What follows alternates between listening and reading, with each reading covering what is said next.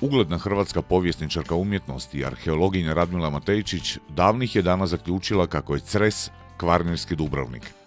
Htjela je u stvari istaknuti kako je grad Cres, osim što ga krasi čarobna priroda, grad kulture, mjesto bogate kulturne i povijesne baštine.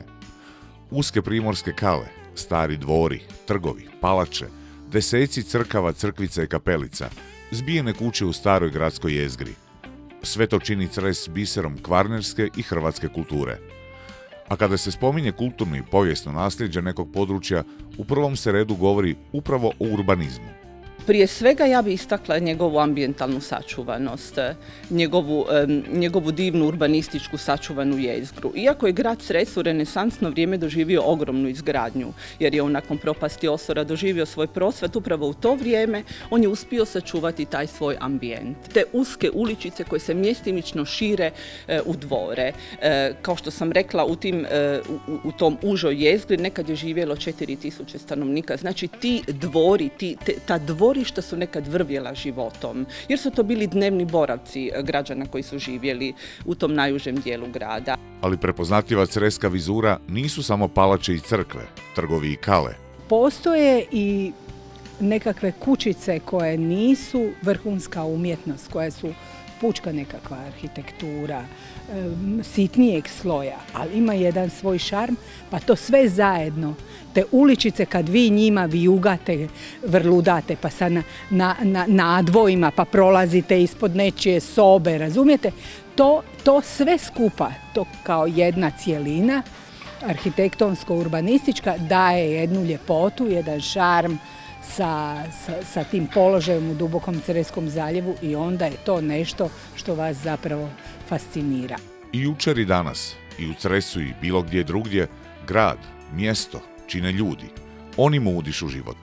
U srednjem vijeku Cres je živio unutar te zbijene jezgre.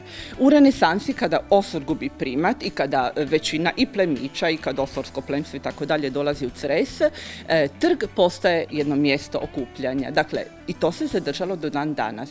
Glavni gradski trg danas je mjesto okupljanja Cresana.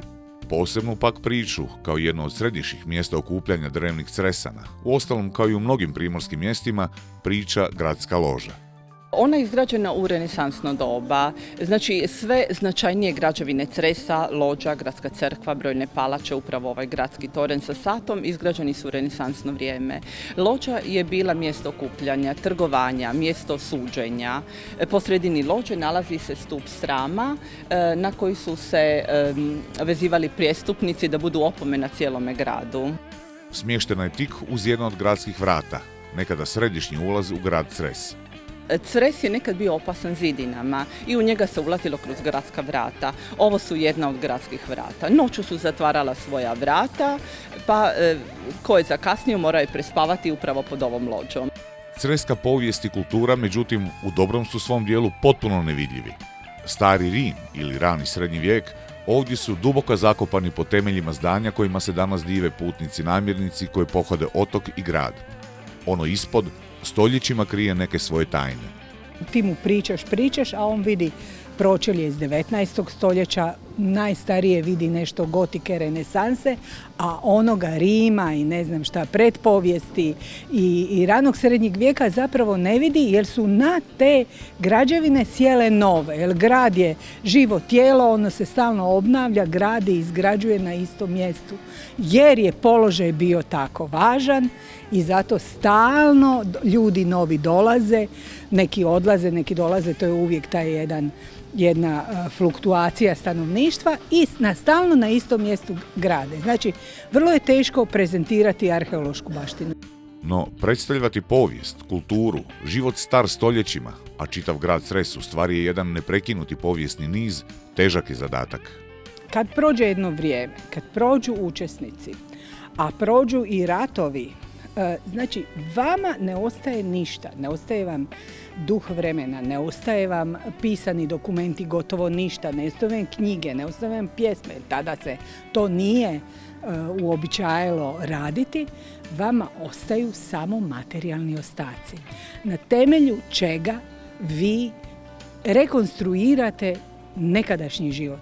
što ja mogu reći, što je taj čovjek mislio i osjećao ako nađem 2 zida, 3 lonca i 4 nekakva kamenčića. Vrlo je teško. Znači, prepušteno je moje mašti i mojem nekom znanju, pa nekim analogijama da o tome pričam. Poseban pečat čitavom kulturnom, a posebno duhovnom životu Cresa udarila je crkva, u najširem smislu te riječi. Podatak da ih u i oko grada ima više od 30 govori i više no dovoljno o neizbrisivom tragu što ga je ostavila ovdje. I danas su crkve jedno od središta kulturnog života. Bogatstvo duha stvara kulturu, a bogatstvo duha svakako i središte jesu bila je crkva i samostane kao takve. Tako da ima jedna lijepa zgoda, kaže što god možete vidjeti okolo samostana u gradu i tako, kaže znajte da je izvor u samostanu. Već sam neki način upoznavanje grada prepoznatljivo i vidi se da je uistinu grad kulture po tolikim crkvama koje možemo susretati okolo, a na poseban način evo jedan duhovni centar. Pa sad smo u samostanu Svetoga Frane, gdje već od sredine 13. stoljeća, kada su braća stigla ovdje iz Italije, neki način u svojem zajedništvu, u svom životu, kroz studij, učenje, stvarali su jednu kulturnu baštinu, jedan centar duhovnosti, jedan centar kulture. I vrednote koje su ostavili za sebe sve do današnjeg dana daju nam evo, zapravo i na neki način ponos i nama, Franjevcima, a također i građanima grada Cresa, a i našem narodu za sve one ljepote koje evo, imamo ovdje.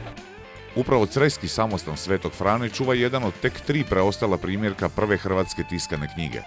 Riječ je o takozvanom Senskom misalu, odnosno misalu po zakonu Rimskoga dvora. Ostala 2 nalaze se u Budimpešti i Petrogradu. Tiskan je na pergameni u Senskoj glagoljaškoj tiskari pradavne 1494. godine.